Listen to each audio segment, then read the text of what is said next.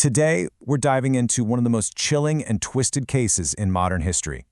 This is the story of a decades-long reign of terror, all orchestrated by a killer known only as the Monster of Florence. So, from the late 60s all the way to the mid-80s, the beautiful, rolling hills of Tuscany became a hunting ground. A phantom killer was stalking the countryside, turning these quiet, secluded lovers' lanes into scenes of absolute horror. You can only imagine the terror that gripped the entire region. And what's really staggering here is just the sheer amount of time we're talking about.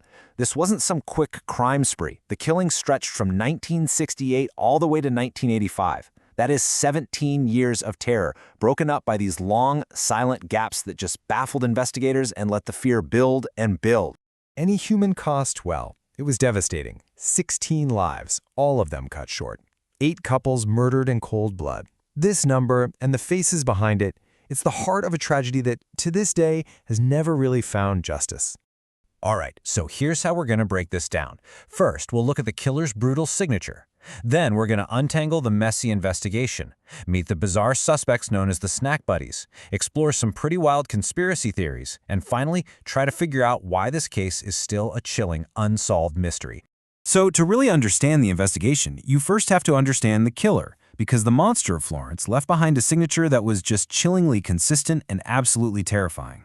The name itself, Il Mostro di Firenze, actually came from the Italian press, and it just perfectly captured the public's terror, right?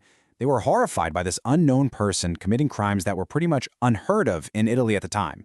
This wasn't just a murderer, he was a monster. And the pattern was terrifyingly specific. The monster only targeted young couples in their cars, always parked in these isolated rural spots.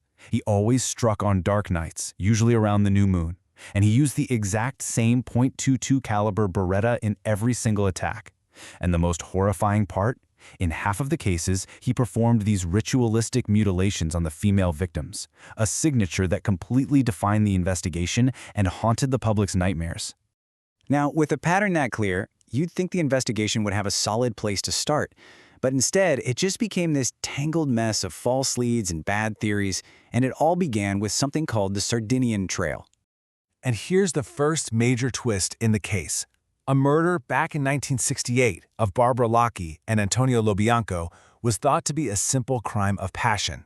Locke's husband even confessed and went to jail for it. Case closed, right? Well, in 1982, a ballistic re-examination dropped a bombshell. The bullets from that solved case from '68 matched the ones from this new wave of killings. The monster had been active way longer than anyone had ever realized. This discovery sent police scrambling back to that first crime, focusing entirely on the victim's social circle, a group of Sardinian immigrants.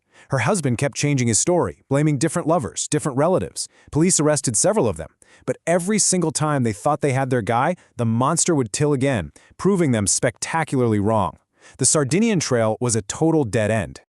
So, with an entire line of investigation just completely falling apart, the police were right back at square one. They needed a new theory, a new direction, and the one they found would end up defining this case forever. The investigation's next turn led them to a group of local misfits who would become famous under a truly bizarre nickname, the Snack Buddies. At the very center of this new theory was a man named Pietro Pacchiani. He was an elderly farmer, mostly known for his violent temper and just brutish nature. A mix of anonymous tips and some early computer analysis pointed the finger right at him. And his background, well, it was deeply disturbing. Decades earlier, back in 1951, he had actually murdered a man in a jealous rage, and he'd also been convicted of sexually assaulting his own daughters. For investigators, Pacchiani's history of just extreme violence made him look like a perfect fit for the monstrous profile. Pretty soon, the case grew to include Pacchiani's friends, especially a man named Mario Vanni. When he was questioned in court about his relationship with Pacchiani, Vanni gave this strange, now infamous answer. He claimed they were nothing more than compagni de merende, or snack buddies.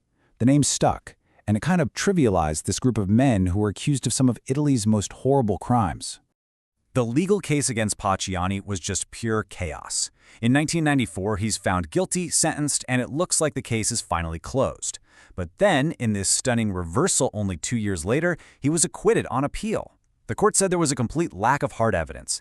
He ended up dying in 1998 before he could be retried, leaving his guilt or innocence just hanging in the air forever. Pacciani's acquittal didn't solve anything. It just made the mystery deeper. The investigation then veered off into even stranger territory, and it got dominated by these complex theories about wider conspiracies and even satanic cults. Okay, this is where the whole motive just completely shifts. An accomplice came forward and testified that the snack buddies weren't acting alone. He claimed they were hired by some mysterious, wealthy doctor to commit the murders and collect female body parts to be used in black magic rituals. All of a sudden, the theory wasn't about random violence, but about hits for hire for a satanic cult. And as wild as it sounds, there was some circumstantial evidence that seemed to back it up. Pacciani, a simple farmer, somehow had large, unexplained amounts of cash. Police found books on Satanism in his house, and this strange stone, which some investigators believed was a ritual object, was found near a villa where he had worked.